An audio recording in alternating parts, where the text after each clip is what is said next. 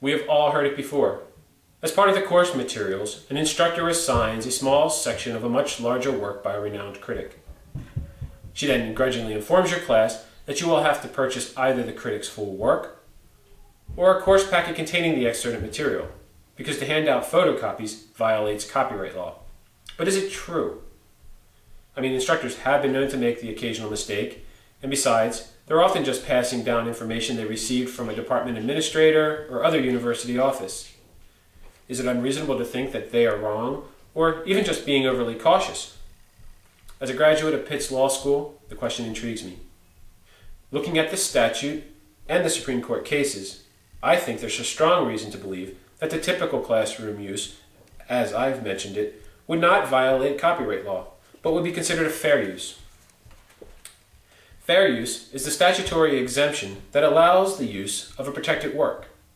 To determine if a use is fair, there are 4 factors to consider. We must look at, first, the derivative's work's impact on the original's fair market value, the purpose and the character of the copy's use, the nature of the original work, and the amount of the original being borrowed.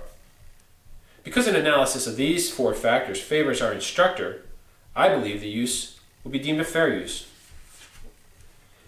In its landmark case of Harper versus the Nation, the Supreme Court stated, and I quote, "Undoubtedly, the single most important element of fair use is the copy's effect on the original's fair market value." They went on to elaborate that any potential negative effect must be shown with a reasonable probability. In our case, it would appear that the instructor has purchased the original, or the university may have, and that the author and publisher have realized a positive effect on their fair market value. It can be argued that a negative potential effect would be that each copy the professor hands out is one less sale to the author. However, that assumes that the student would have purchased the work in any case. On the other hand, it's equally likely that exposure to a large number of students could increase the fair market value of the work, and thus a positive effect on its value. Because real effect is neutral, and the potential effect could possibly be positive, I believe the first factor favors a fair use. We then need to look at the purpose and the character of the use of the copied material. Typically, this is summarized whether it's being used for educational purposes. However, the Harper Court made it clear that we are not just looking at the education setting. We are looking at whether the original is being exploited for gain, whether it's transformative in nature, and what is the character of the use. In our example, we do not have an exploitative situation. Our instructor is not trying to promote a secondary work, her class, or even herself. And while it's not physically transformative, the courts have allowed that commentary and critique equals transformation. We can assume by handing it out in the class that the instructor is trying to drive critique and discussion. Therefore, any resulting discussion is transformative in nature. And finally, we look at the character, and it's clear that our instructor is not simply trying to bypass a bookstore purchase, but trying to educate and inform his students. Because all 3 factors under this factor favor education, the second factor of a fair use should favor our instructor. We then need to look at the nature of the copyrighted work.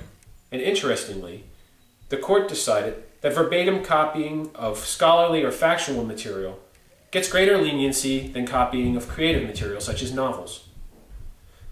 The work in question, in our case, is a scholarly commentary, and although some aspect of creativity is in a critique, they are generally scholarly. In addition, by publishing his work in a large volume, we see that the author has exercised his right to first publication, and we can also imply that he wants the work to be disseminated, utilized, and discussed in an academic setting. Therefore, this factor favors an educational use and a fair use. Finally, we need to look at the quantity being used. Unfortunately, we need to look at both quantitative and qualitative, and that no threshold has been established by the courts. Unfortunately, we may have to concede that a verbatim photocopy from another work constitutes a substantial portion. However, looking back, even conceding the substantial amount borrowed, the fair use standard favors our instructor. Her character of the use is educational. The material that she's borrowing from is educational. And her impact on the fair market value of the original is negative. Because of this, it should be deemed that our instructor's use is a fair use. In closing, I just want to say, do I advocate copying and distributing works wholesale? No. Do I fault university and faculty for being extremely cautious, even at the expense of their students? No. The law is too malleable, and no one likes attorneys.